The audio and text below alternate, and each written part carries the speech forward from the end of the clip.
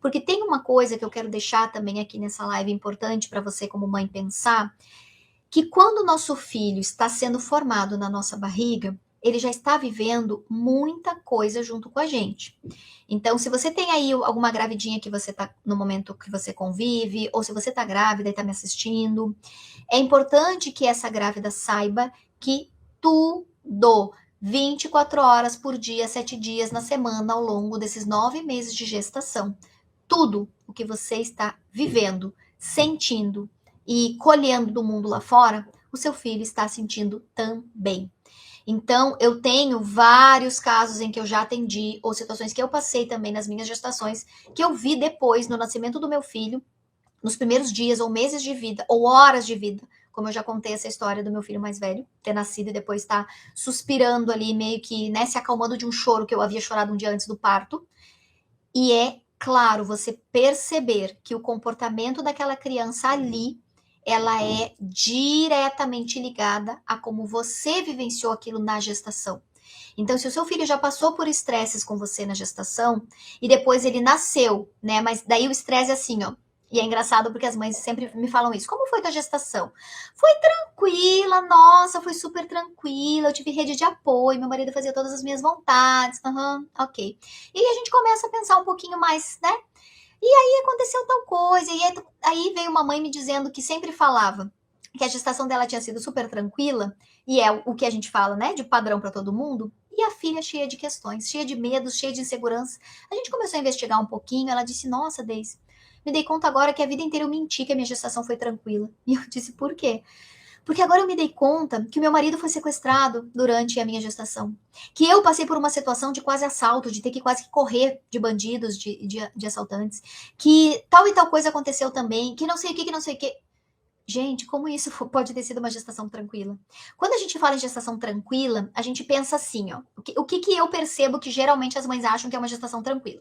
Não tive nenhuma intercorrência médica, não sangrei até abortar, né? Então foi tranquilo, o filho sobreviveu, né? Ele conseguiu os 9 meses e nasceu. Eu não precisei ficar de repouso, eu não tive nenhuma doença que me deixou mal, eu não passei por nenhum sofrimento físico, meu filho não passou por nenhum sofrimento que eu saiba. Isso significa ter uma gestação tranquila. Agora, eu ter me estressado todos os dias no meu trabalho, eu ter brigado com meu marido, ou ele viver viajando e eu me sentir sozinha, ou eu ter perdido alguém importante na minha família enquanto eu estava grávida. Tem gente que perde a mãe durante a gestação, perde o pai, perde o marido, o pai da criança durante a gestação, ou uns dias ou meses antes de engravidar, ou logo depois que o filho nasce, né? Então, quantas mães perderam conhecidos, parentes e familiares enquanto estavam grávidas, agora durante a pandemia? Essa criança ali dentro está sentindo tudo o que a mãe está sentindo. Todas essas dores ela está vivenciando também. Só que a mãe sabe o motivo da dor, a mãe sabe que é o luto que ela está vivendo. A criança não sabe. Ela só sente tudo e ela não tem a menor ideia do que está acontecendo. E o que é o mais lógico dela imaginar? É comigo. Minha mãe tá triste comigo, minha mãe tá nervosa comigo, minha mãe tá preocupada comigo, minha mãe tá insegura comigo, esse medo dela de morrer, de o mundo ser perigoso e tal, né? Porque a mãe sofreu um assalto, por exemplo, e tá com medo do perigo lá fora. Como é que eu vou nascer e vou ir para esse mundo perigoso? Então, talvez eu nem queira nascer. Então, muitas coisas que a gente percebe depois como sintoma iniciaram lá na gestação. Então, a importância da gente ir vendo tudo isso à medida que vai se construindo uma vida dentro de nós, e depois, lá na frente, essa criança demonstra uma irritabilidade, uma agressividade, uma birra, uma briga conosco. Nossa, quando eu chego perto, ele age desse jeito, né? Ele dispara em mim algo. Eu lembro de uma paciente falando: o filho disse para ela em algum momento que não confia nela. Você confia na mamãe? Não, não confio. Nossa, aquilo ali acabou com ela, acabou com a vida dela. Por quê? Porque ela levou pro lado pessoal. Eu não sou uma pessoa confiável. Não, o filho estava dizendo que ele estava inseguro com algo que talvez em algum momento ele precisou dela, não pôde contar com ela, porque ela de repente não estava bem naquele momento para acolher o filho, e devido a isso ele não confia nela. Não é que ele, né, tipo, não leva pro lado pessoal, não é tu o problema, ele tá falando dele. Quando eu digo mamãe não confio em você, eu não estou falando de você, mamãe, eu estou falando de mim e das minhas inseguranças.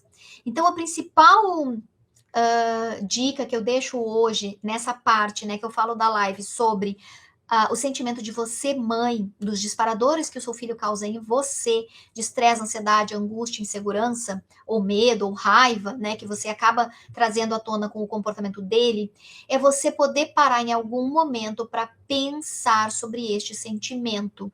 O que é isso que eu estou sentindo?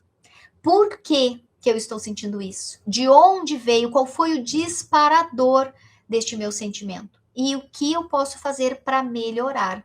Às vezes é alguma dinâmica de acolhimento da criança interior, às vezes é podendo fazer essa conexão do tipo, olha, realmente eu na minha infância não era acolhida pelos meus pais quando eu fazia tal e tal coisa, e hoje eu não sei acolher o meu filho quando ele faz o mesmo. Já que eu lá atrás não fui acolhida, talvez eu ache que aquele é o jeito certo. Só que não era legal não ser acolhida, né?